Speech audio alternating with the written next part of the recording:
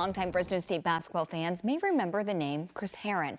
The standout point guard brought the Bulldogs plenty of wins on the court, but his life off of the court couldn't be any different. Herren struggled with drug addiction and substance abuse, and although he did make it to the NBA, his struggles were far from over. Herren returned to campus tonight to talk with students about his journey to sobriety. It was moments like this that made Chris Herren a basketball star. The Massachusetts native transferred from Boston College to Fresno State after a drug test showed he was positive for cocaine and marijuana use. All because then coach Jerry Tarkanian was willing to give Herren another shot. I jumped on a plane and I moved 3,000 miles away to a place I never heard of, Fresno, California. And while he played multiple seasons with the Bulldogs, becoming a star player, his struggles continued. His addiction only worsened when drafted by the NBA's Denver Nuggets before being traded to his hometown team, the Boston Celtics.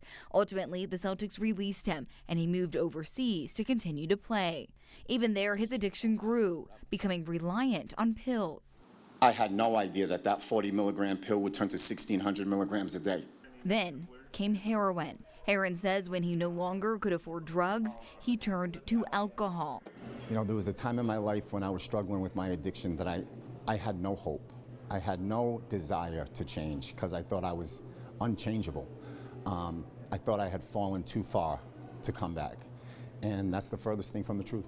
Now Herren's been sober since August 1st, 2008, and runs his own treatment center. He returned to campus Thursday night, hoping to share his message with students. Recovery started here for me. I didn't leave here sober, but it was planted here. And I'll always look back in hindsight and have gratitude for this place.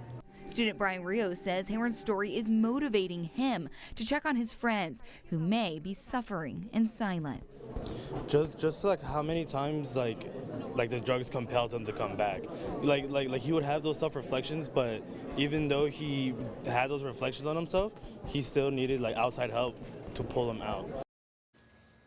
During the event tonight, Fresno State also shared resources with students about how to get help on campus for anyone struggling with substance or alcohol abuse. It was a great event. I learned a lot, and it was inspiring to really just hear him talk about his life so openly and vulnerably. And the key being there is possibility, yes. There is hope out there. You can come out of that. It was an inspiring message, and I wish everyone could have heard it. It was a great event. That's great.